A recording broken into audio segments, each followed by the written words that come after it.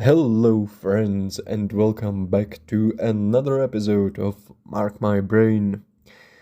Today's topic is something that I think about a lot lately, that's been on my mind, and that is the courage to take your passions seriously and the importance of side projects. Specifically, we'll take a look at what the benefits it can bring to take your interests and hobbies and passions more seriously, how you can specifically develop and grow them in this manner, and how it can potentially open a new path forward in your life. So, let me start by just saying that it's okay if a hobby is just that, a hobby.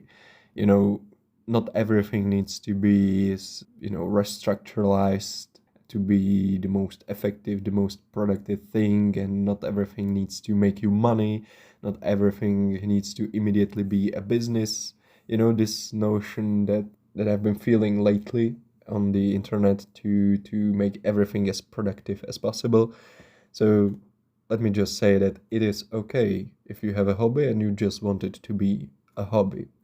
But what I want to focus here is exploring possibilities, how you can develop it into something else and into something more, perhaps. And as I mentioned, if you find the courage to take your interests and hobbies a bit more seriously, you can very well discover a path towards a better job, better life, a better future.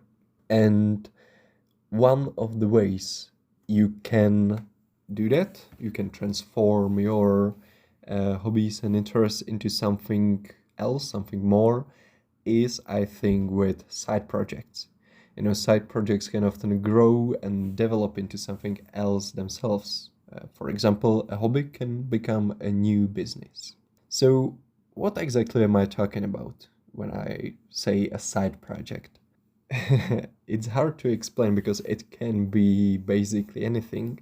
But let's imagine a scenario that your hobby is drawing, for example, and you just draw every couple of days for 20, 30 minutes, you sketch something, and that's it. But perhaps you want to explore ways how to do more with your passion for the art. What you can do, you can decide to, well, make a side project or make a project tied with drawing. It can be, for example, drawing every day and making a theme specific collection of drawings.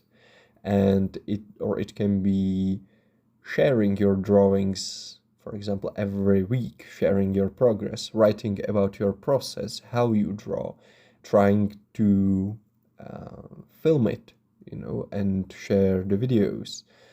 Start some social media account where you can just share your thoughts and ideas about drawing and your creations and talk with like-minded people about it.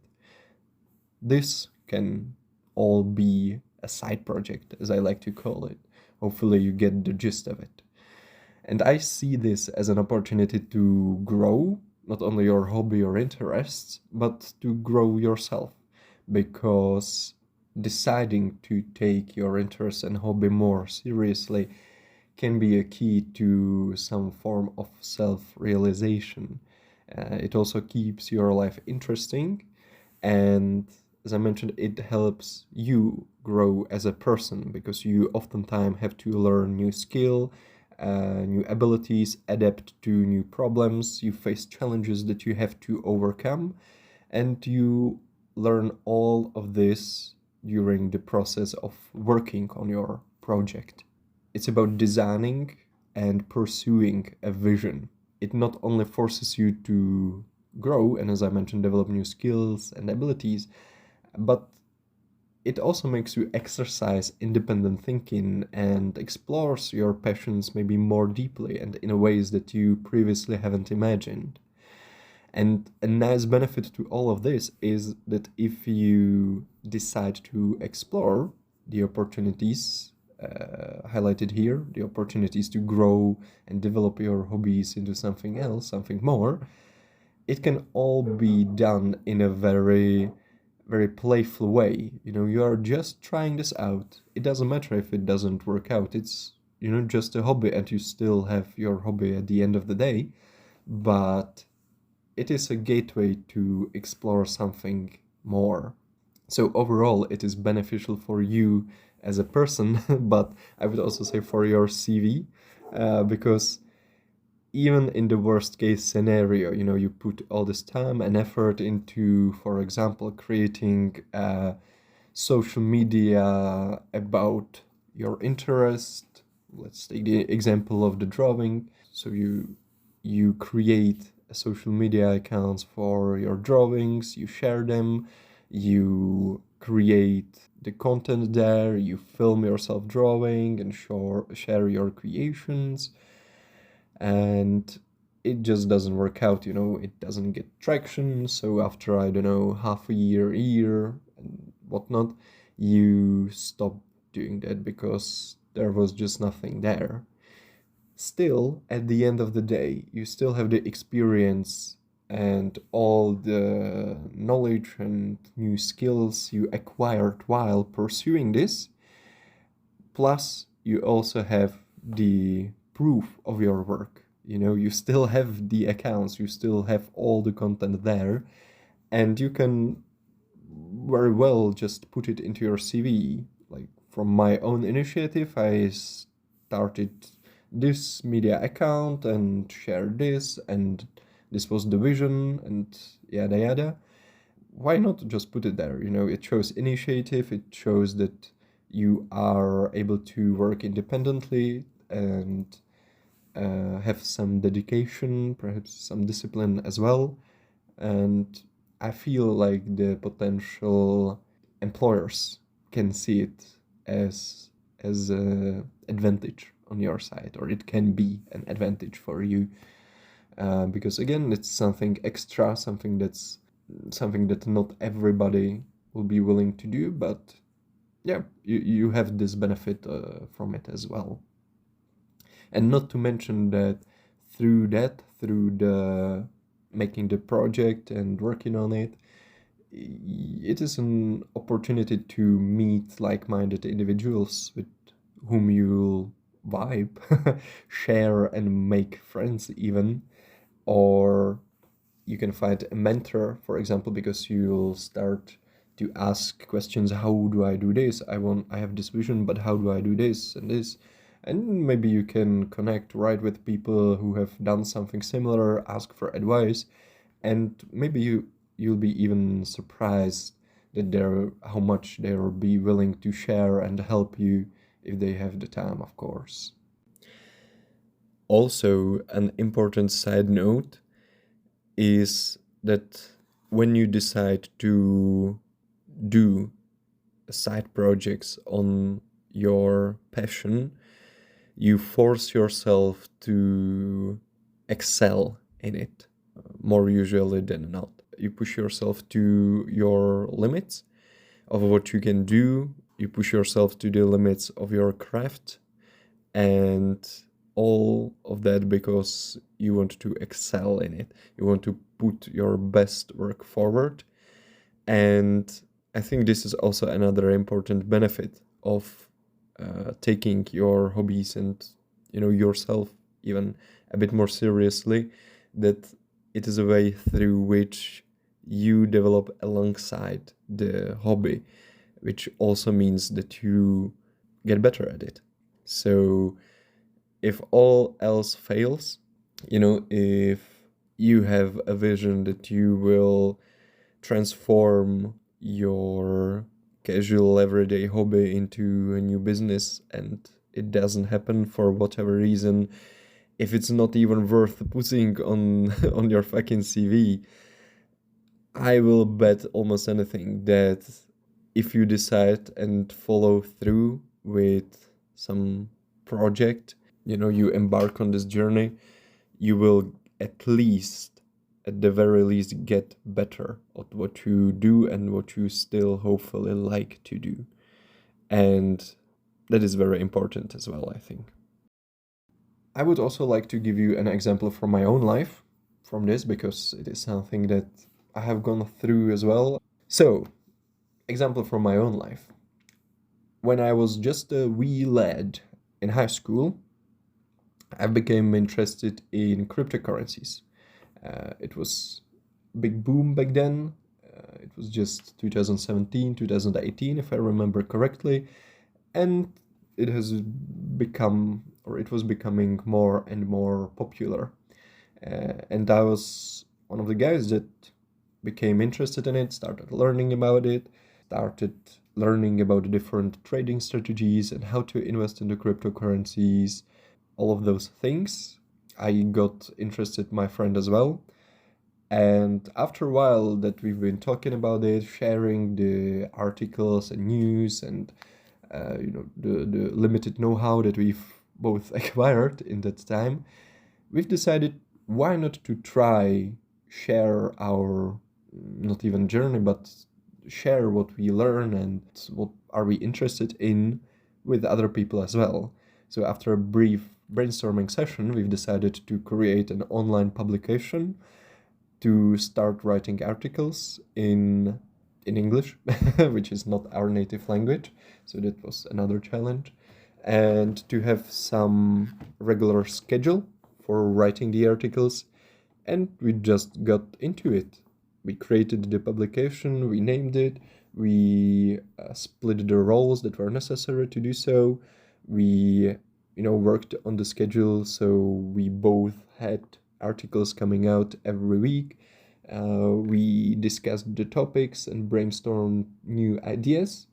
And, we've been writing the articles for around a year, if I remember correctly. And even though one could say that in the end it was for nothing, because, it didn't develop into anything more, it didn't become a business. We were just doing it, for ourselves. We wanted to structure what we've learned, to share it, to learn how to, manage this sort of a project. But it never, started making money. It never developed into something more. And after a while, we just, other things took priority and we stopped writing.